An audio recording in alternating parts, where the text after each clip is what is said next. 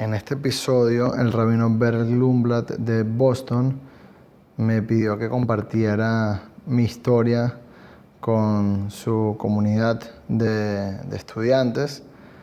Y bueno, básicamente cuento cómo es que pasé de no creer a tener la total certeza de que hay un creador. Así que les dejo mi historia y espero que les guste. Bueno, Rabino, muchísimas gracias. Gracias por la introducción y por esta invitación a este espacio. Muy contento de poder participar y muy alegre, de verdad, porque en estos momentos del coronavirus compartir con otra gente es súper especial para mí, y más de un tema tan importante como lo ha sido este. Y bueno, muy contento de estar aquí. De verdad que gracias otra vez y bueno, ojalá que sea provechoso para todos. Entonces bueno, para contarles un poquito, a diferencia del rabino Berl, yo no soy rabino. De hecho, yo antes no creía en nada. No creía ni en Dios, no creía ni en la Biblia, ni en los 10 mandamientos, ni en las plagas de Egipto, ni que el mar se abrió en dos, ni que había que cumplir mitzvot, absolutamente nada, ¿sabes? Para mí eso no tenía sentido. Era sencillamente un invento. Creía que los que creían en eso simplemente se querían escapar de la realidad, estaban viviendo en un cuento y yo simplemente no creía, no era parte de mi vida.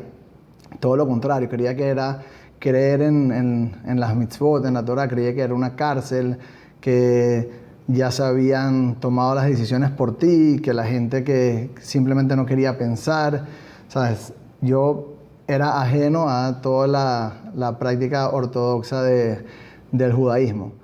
Pero eso no decía que yo no me sintiera como un judío legítimo. ¿Sabes? Yo soy judío de nacimiento, mi mamá, mi papá, toda mi familia ha sido judía, y para mí creer no era un requisito fundamental para ser judío, al revés. No era del todo necesario. Y eso no quería decir que yo no me sintiera parte de un pueblo lleno de una rica historia, de valores, que era comunitaria, que se podía percibir lo especial de la comunidad judía, pero eso no quería decir que había que creer en un Dios o en la Torá. Lo que yo pensaba era que había que ser buena persona, que había que ayudar a los demás, formar una linda familia de valores, activa comunitariamente, pero no necesitaba cumplir una serie de tradiciones y reglas anticuadas para mí en ese momento para yo sentirme un buen judío. Así que mi nivel de observancia era prácticamente nula. Comía chicle en Yom Kippur porque el chicle no te lo estás comiendo, estás masticándolo. Tomaba cerveza en Pesaj porque pensaba y decía que la cerveza no existía hace 3000 años, que ellos lo que no podían comer era pan, no cerveza. Pensaba que no era pecado comer cerdo, que eso era antes, que la carne del cerdo era menos sana que la de la vaca, pero eso ya no es así.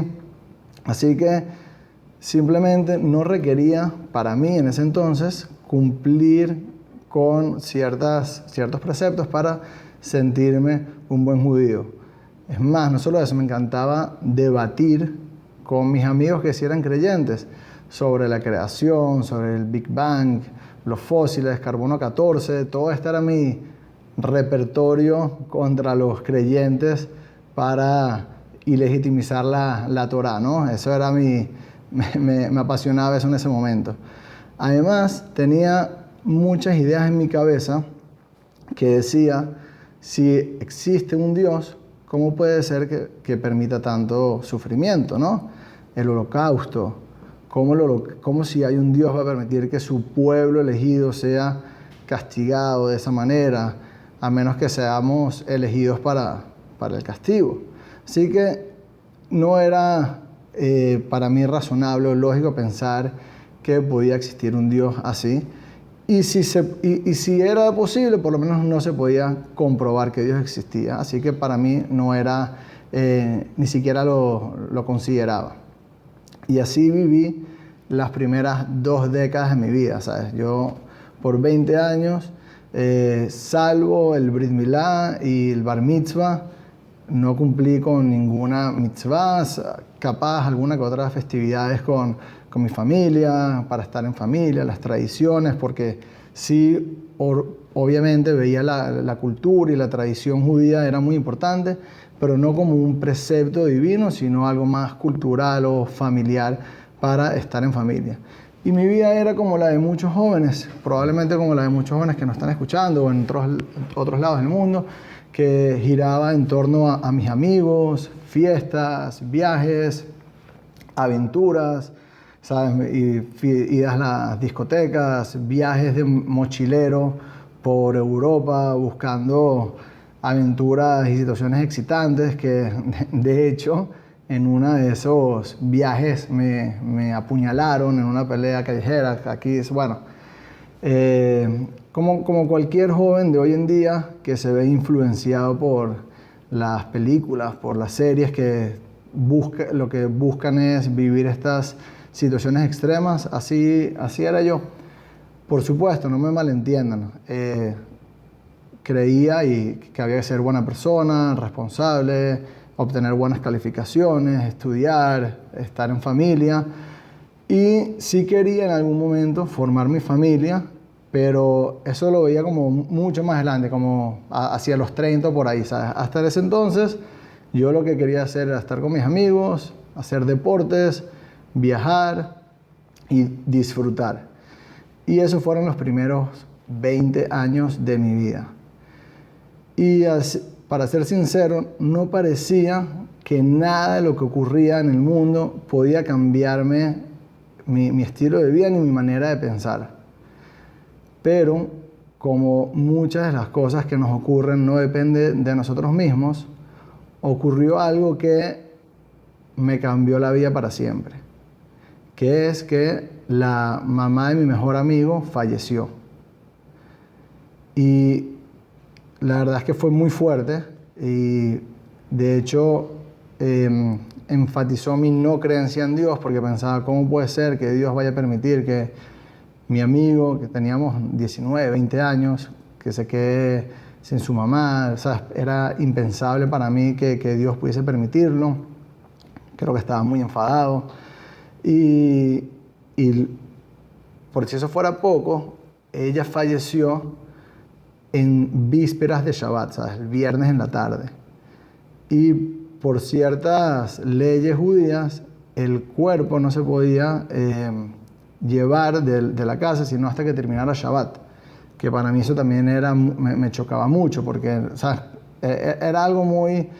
Pero bueno, estuve ahí con mi amigo, acompañándolo, y cuando terminó Shabbat, de hecho tuvimos que bajar, ¿sabes? Fue una situación bastante muy emotiva, o sea, muy emotiva hacia mal, muy fuerte, y la verdad es que eran momentos muy difíciles. Al día siguiente en el entierro también recuerdo lo fuerte que era todo esto, era un shock emocional, y empezó la Shiva, los 7 días de luto que tiene que cumplen la familia para honrar el alma de la persona fallecida, para que se eleve el alma, que por supuesto yo nada de eso lo creía en ese momento, pero acompañé a mi amigo por todo el cariño y el respeto que le tengo a su mamá. Entonces, en esos 7 días se me presentaron tantas preguntas existenciales que antes no me había preguntado. Por supuesto, ¿qué pasa después de la muerte? Si es que pasa algo. ¿Dónde está la mamá de mi mejor amigo ahorita? Si es que está en un lugar. ¿Cuál es el propósito de la vida? ¿Sabes? Tenía aquí algo, ¿sabes? Ya no estaba la mamá de mi mejor amigo. ¿Cuál es el propósito? ¿Para qué vivimos? ¿Para qué venimos a este mundo? ¿Para qué trabajamos, comemos, hacemos lo que hacemos si al final este es el destino de todos? Y esas preguntas que por alguna razón antes no me las había preguntado, y si me las había preguntado no eran vivas, no paraban de estar en mi cabeza y no podía dejar de pensar una y otra vez en para qué es todo esto, en este mundo, sabes, que antes daba for granted, ¿qué está pasando? Y así fueron 7 días que dura la Shiva, la semana de duelo, y cuando termina la Shiva, se me pasa por la cabeza y digo, ok, terminó la Shiva y ¿qué? Y todo lo que yo me he preguntado hasta ahorita, ¿qué pasa con eso? Ya terminó la Shiva y hasta aquí queda. No era honesto conmigo mismo dejar todas estas preguntas en el aire. Sobre todo que cuando iba a la universidad, eso era lo que pensaba. Cuando estaba en mi cama sin poder dormir, no, como ahorita porque terminó algo técnico de la Shiva, yo voy a dejar todas estas preguntas así en el aire. Y no fue hasta el día siguiente que en verdad no podía no hacer nada y decidí que iba a buscar respuestas, si es que había. Entonces empecé a preguntar, a leer, empecé a ir a shiurim, a estudios en las sinagogas, que en Venezuela hay muchos. Contacté a un rabino que me había dado clases cuando estaba en segundo año, que era cuando tenía 14, aquí tenía 20 años, hace 6 años me había dado clases. Entonces lo llamé, le hice preguntas, me reuní con él y empecé a intercambiar ideas y me daban respuestas, pero nada me satisfacía. Pero yo tenía este sentimiento dentro de mí que me decía que tenía que encontrar respuestas, que no pude parar. Y así estuve asistiendo por casi 2 años a diferentes tipos de estudios buscando estas respuestas. Y a pesar de que aprendí muchísimas cosas, porque obviamente la sabiduría de la Torá se expresa de miles de maneras, no puedo decir que después de 2 años ya creía no tenía respuestas, nada que ver. Todavía seguía sin creer en Dios.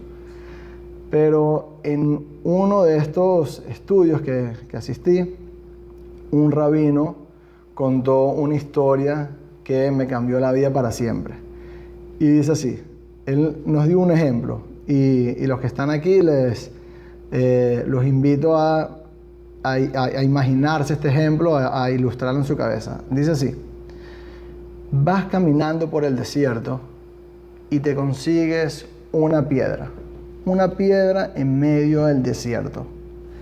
¿Eso te dice algo o crea en ti alguna curiosidad o intriga?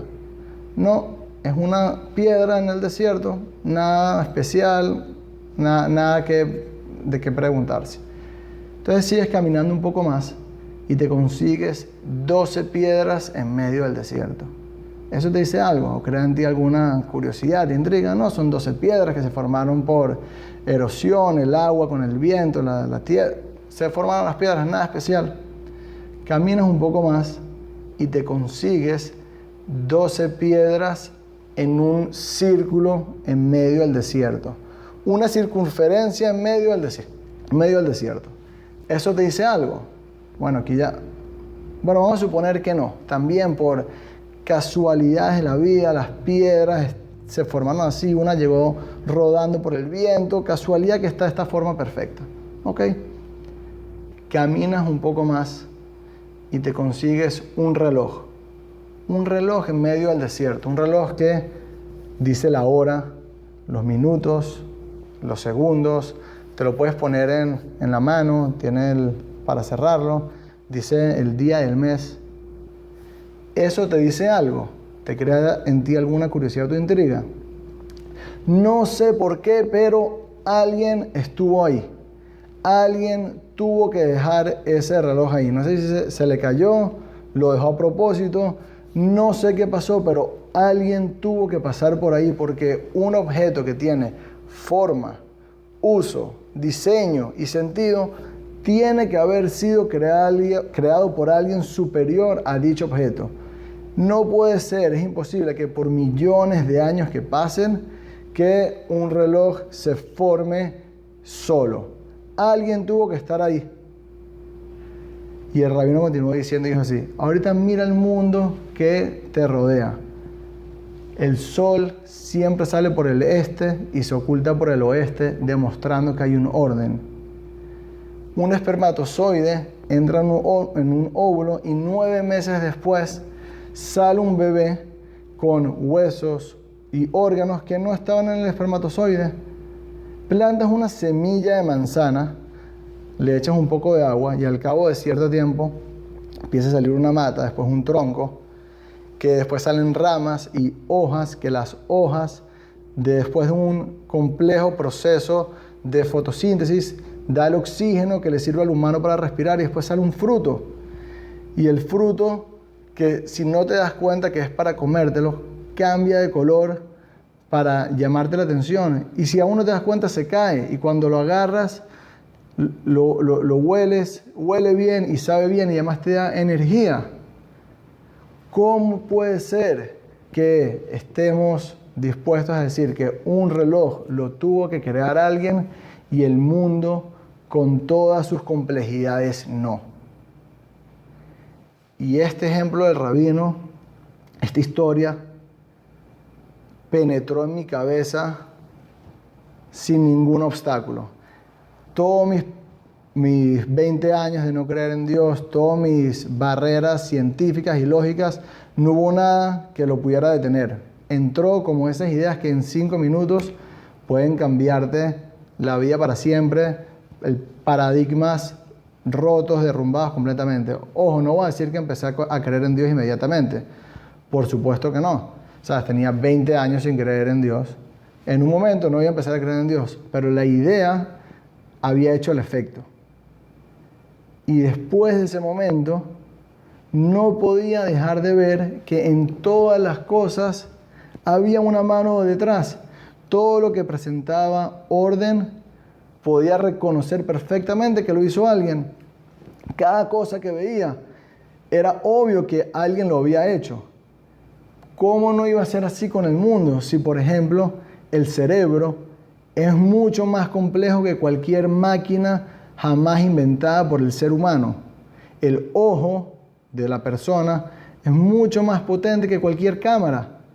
¿Cómo una cámara demuestra que hay un diseñador, un creador, y el ojo no? Así que esta idea era tan fuerte que no podía dejar de pensarla. Pero por otro lado, tenía 20 años pensando que Dios no existe. No solo pensándolo, sino también negándolo o inclusive burlándome de aquellos que creían en un creador. Así que tenía este debate en la cabeza constantemente, lo pensaba, buscaba los argumentos a favor, en contra. En la noche no podía dormir pensando en esto. Era algo tan, ¿sabes? Para mí significaba tanto que no podía dejar de pensarlo. Así que después de contemplarlo y reflexionarlo y de verdad que no sacarlo de mi cabeza como por unos 6 meses, ya había pasado algo que no podía controlar. Algo que sencillamente no podía evitar más. ¿Sabes? Podía apreciar perfectamente cómo todas las cosas, las personas, los animales, las plantas, las frutas, todo, absolutamente todo, tenía detrás una inteligencia superior. Era tan simple y evidente, tan lógico, que ya no podía ignorarlo más. Así que después de meses sin dormir, por fin entendí que existe un creador. Entonces, ahorita me escucho a mí decirlo y suena tan más sencillo de lo que yo viví en ese momento. O sea, cuando digo 6 meses, es una oración en 6 meses, no, pero 6 meses y puede ser más. En verdad, eran 6 meses intensos y después era tan obvio para mí, era tan lógico que existe un creador que ya no podía ni refutarlo. Entonces, una vez que había aceptado, tras la reflexión y el entendimiento propio de que el mundo tenía un creador, aumentaron mis dudas y preguntas. ¿Quién es este creador? ¿Qué quiere de mí? ¿Para qué creo el mundo? ¿Qué tengo que hacer ahorita? Y entonces, por supuesto que empecé a buscar más, a estudiar un poco más y empecé a asistir a más shiurim, a más charlas con el rabino y era impresionante cómo ahorita en ese entonces ir a un shiur como creyente era tan diferente que como iba antes. Antes iba a cuestionar todo lo que decía el rabino, a buscar en qué detallito se equivoca para hacerlo quedar mal o para refutarlo. Pero ahorita ya como creyente era tan espectacular, tan divino aprender cosas nuevas de una sabiduría milenaria que me llenaba tanto que la verdad es que lo que quería era seguir aprendiendo, seguir consumiendo más de esta sabiduría divina que no podía parar. Y también inmediatamente empecé a buscar practicar un poquito más mitzvot, los preceptos que no hacía nada. Entonces me acordé que mi abuelo asistía todos los viernes en la noche a la sinagoga, así que yo empecé a ir también. Y a pesar de que no entendía nada del rezo, no sabía lo que estaban haciendo, no sabía a quién estaban rezando todavía, sabía que había un creador, pero no entendía el rezo, había una canción que cuando la cantaba el rabino y toda la congregación, esta canción me llegaba a un lugar de mi alma, de mi ser, que nunca había tenido acceso a ese lugar. Era algo era una experiencia, no voy a decir mística porque suena como irreal, aunque no es irreal por supuesto, pero era tan puro que estaba sintiendo y conectándome con mi ser esencial. Era de verdad que increíble y por supuesto no podía esperar a que llegue el próximo viernes para volver a ir, volver a cantar la canción y bueno, y muchas otras cosas de escuchar al rabino con las enseñanzas que daba los viernes. ¿Cuál era la canción? La canción es justo después de Lejado Di, antes del primer Kadish, que dice Adira, Adira, Adira, Adira. Bueno, algo de verdad que espectacular. Y eso que yo no soy muy musical ni tampoco un buen cantante como podrán haber visto. Pero era algo de verdad que impresionante. Entonces, bueno, seguí yendo, buscando respuestas y la verdad es que me di cuenta de cuán sabia es la Torá. Todas las preguntas que me preguntaba, por ejemplo, que bueno, no creo que podamos abarcarlas todas hoy. Preguntas sobre que teníamos todos los no creyentes. ¿Quién creó a Dios? ¿Dónde está escrito que no se puede mezclar pollo con leche? ¿Por qué tenemos que creer en los sabios? Yo quiero hacer lo que Dios dice. ¿Por qué ya no existen milagros como antes? Todas esas preguntas que eran para mí la base para no creer prácticamente. Me di cuenta que si uno se interesa un poquito y las busca, y de hecho invito a quien quiera a participar en el quiz, para ojalá que ganen el libro, ahí están las respuestas a todas estas preguntas. La A del universo, algo que me chocaba tanto, cómo podía ser que la ciencia diga que el mundo tiene 13.8 billones de años y la Torá afirme que tiene 5.780. Era algo que no podía aceptar y la respuesta es mágica, es bellísima. Los invito a leer el libro. Entonces, además de todo esto,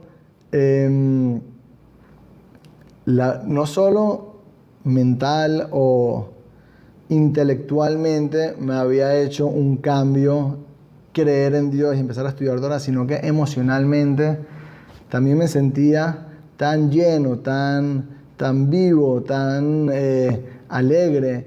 Y eso que yo antes no que era un deprimido, todo lo contrario, ¿sabes?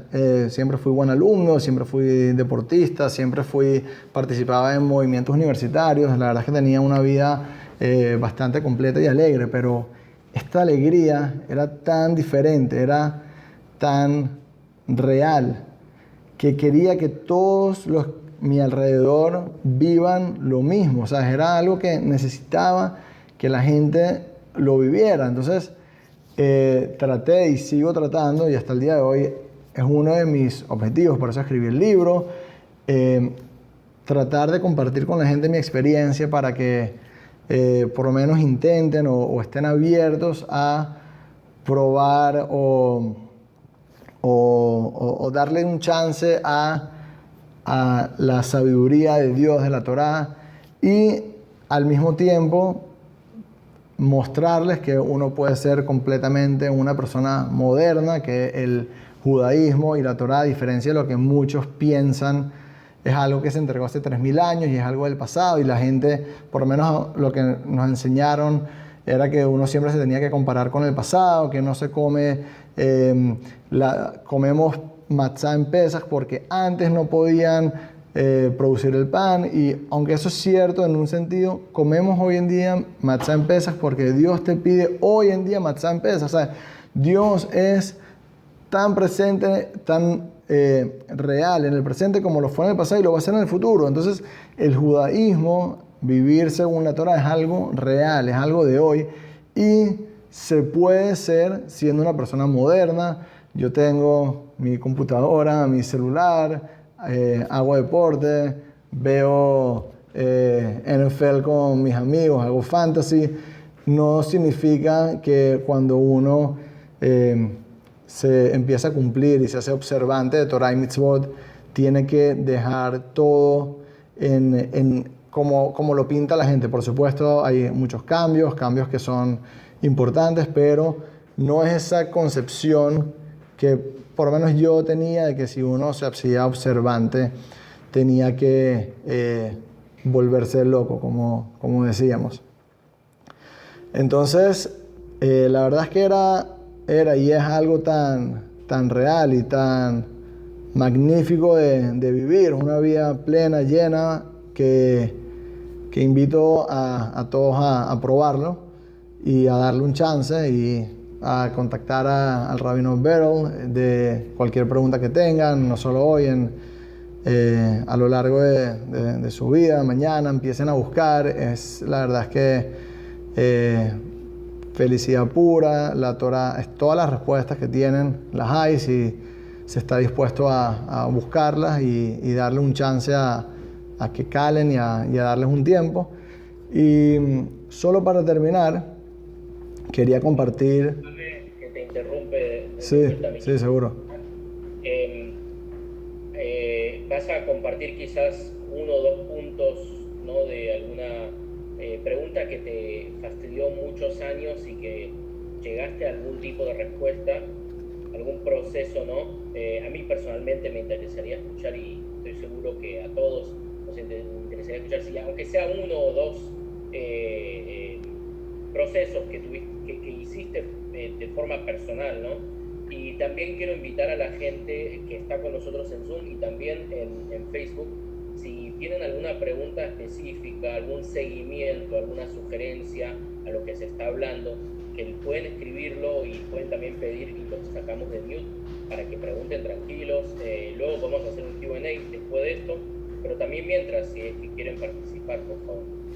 Con mucho gusto. Bueno, algo que me parece en su momento fue impactante y todavía lo es que nos pasó una historia fenomenal. Unos amigos y yo queríamos ver una muestra de que la sabiduría de la Torá es real, porque siempre, obviamente, hay muchos mensajes y aprendizajes para la vida, pero queríamos ver algo concreto, algo que demuestre que esa sabiduría que se entregó hace miles de años, que fuera algo real. Entonces, estábamos en una charla y le hicimos esta pregunta al speaker que nos estaba hablando, y él nos dijo así en el acto: bueno, ustedes tienen una Gemara, el Talmud, que es la base de la Torah oral, que por cierto, esa pregunta también molesta mucho, por lo menos a mí me molestaba mucho, diferencia de Torah oral, escrita. Eso también hay respuestas, las pongo en el libro. Pero bueno, él nos pidió una Gemara, un tratado del Talmud, tratado de Rosh Hashanah, para el que sepa de lo que estoy hablando, puede buscarlo. Y nos dice así, nos pregunta: ¿es posible saber cuánto dura el ciclo lunar? Porque sabemos que la luna tiene sus etapas, ¿no? Va creciendo, menguante, full, después empieza a decrecer. Y al ojo dura un mes.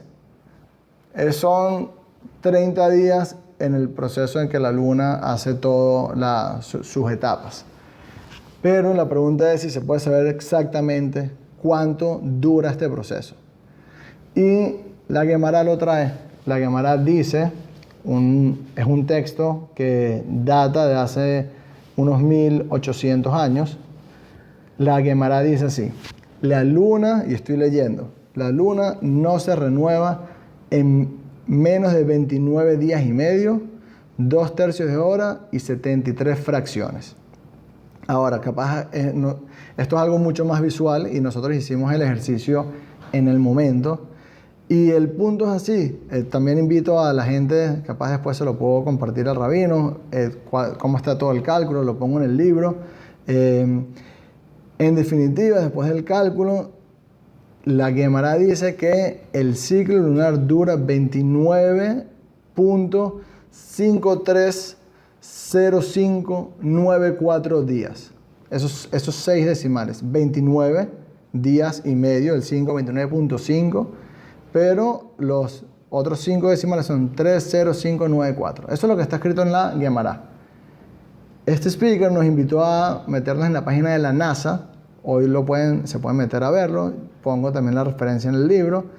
A ver cuánto dura el ciclo lunar. Y la NASA escribe que el ciclo lunar dura 29.530589. No sé si lo pudieron captar, pero la diferencia es en el sexto decimal en 6 unidades. Es decir, en la millonésima, ni sé cómo se pronuncia ese número. O sea, una fracción de segundo es la diferencia que hay entre la NASA con todos los equipos y todos los telescopios y fórmulas matemáticas y computadoras avanzadas, determinan de cuánto dice el ciclo lunar con un texto que hace 1800 años se escribió. Es una locura. Te invito otra vez a la gente a verlo en el libro. Contrasto exactamente, pongo el número arriba uno arriba de otro y la verdad es que es algo sorprendente. Entonces eso para mí la verdad es que significó mucho.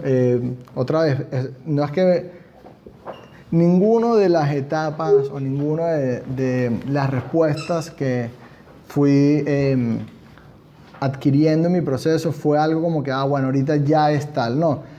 Pero cada respuesta, y en mi condición de ingeniero civil, cada respuesta lógica iba abriendo una puerta a este mundo que tenía cerrado con candados y rejas por 20 años.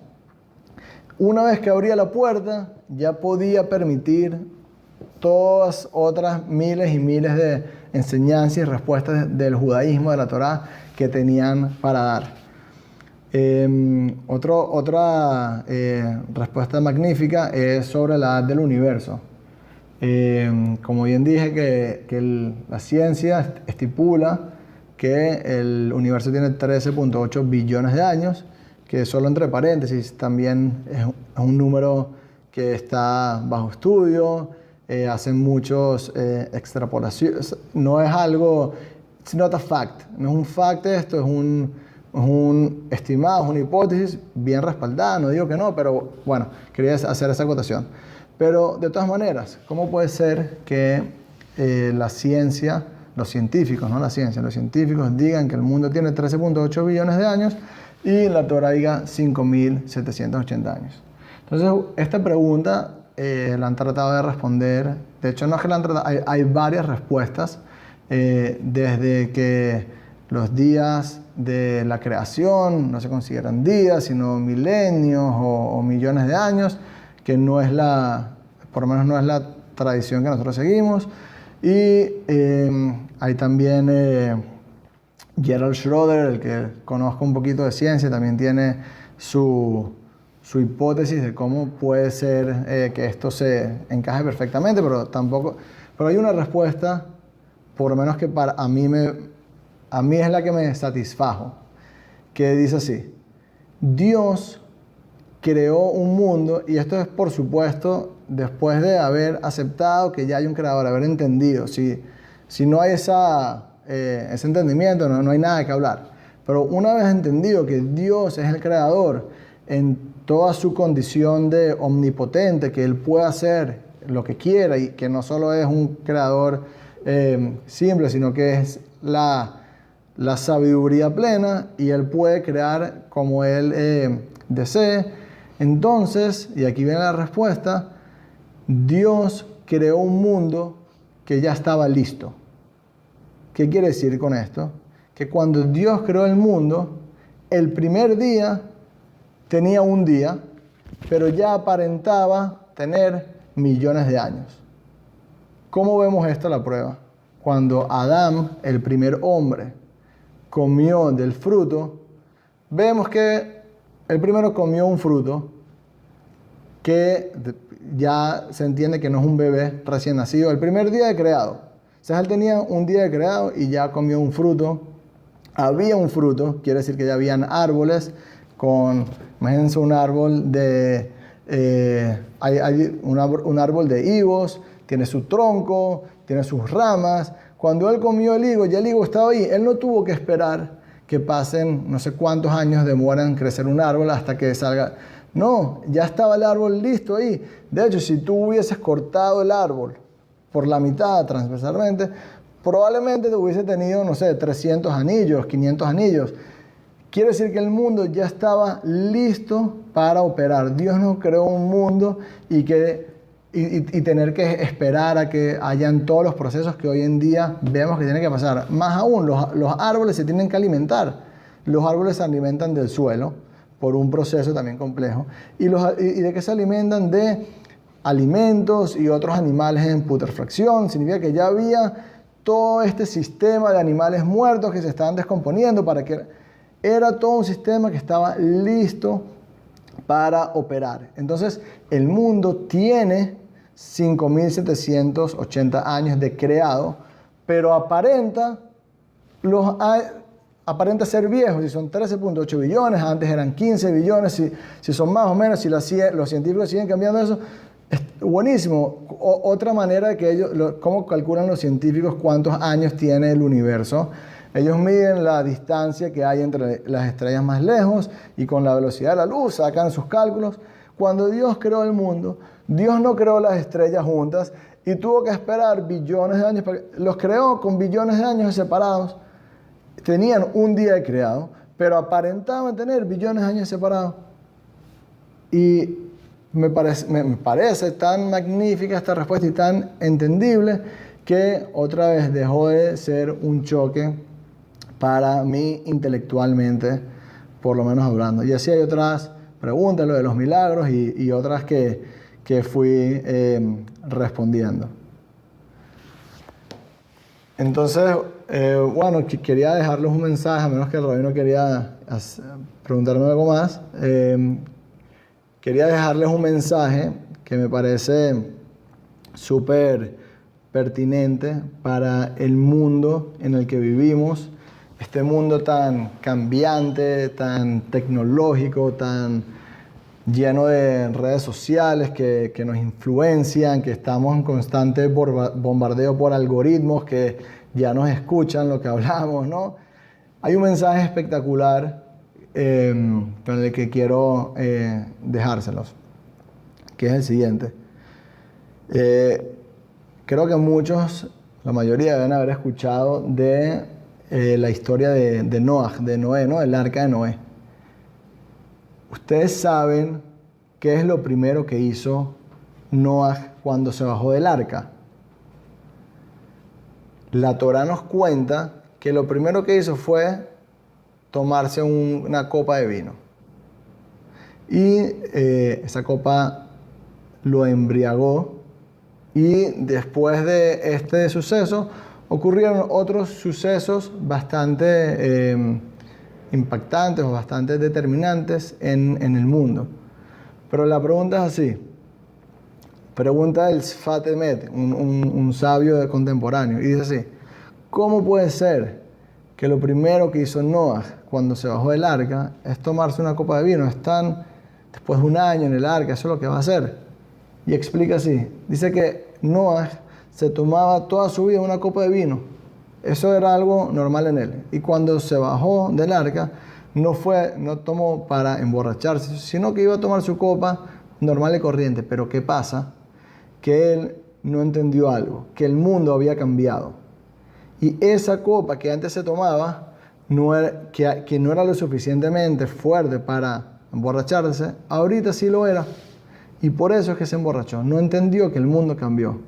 Y el rabino Twersky, en base a esta enseñanza, nos dice que nosotros tenemos que tener esto en consideración constantemente. El mundo está cambiando constantemente.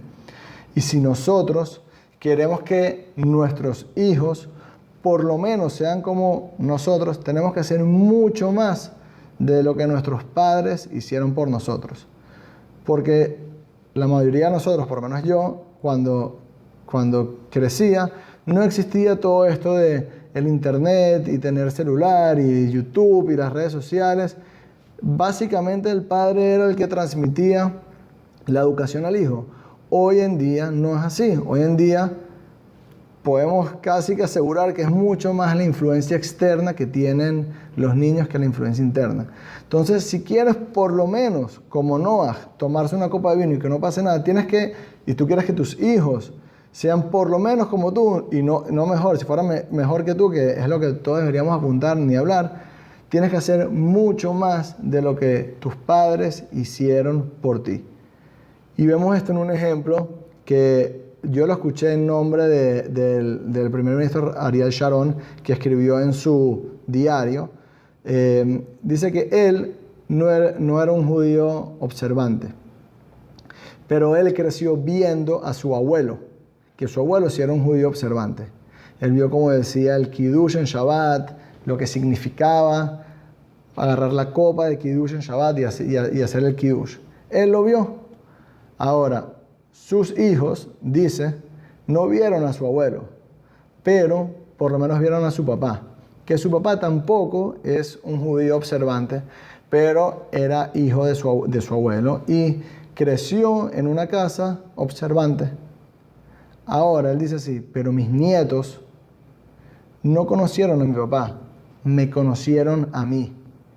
Y yo no soy observante. ¿Qué será de los hijos de mis nietos? Y eso nos debe dejar una reflexión. ¿Qué queremos para nuestros hijos, nuestros nietos, nuestras descendencias? ¿Qué queremos dejarlo con qué ejemplo? Y vemos que el judaísmo está lleno. El énfasis es en la práctica, en hacer, que los niños vean lo que haces y por supuesto que lo haces con alegría. Así que invito a todos a empezar a hacer más, así sea por sus hijos. Por supuesto hacerlo con alegría, hay que mostrar la alegría que es cumplir mitzvot, estudiar Torah.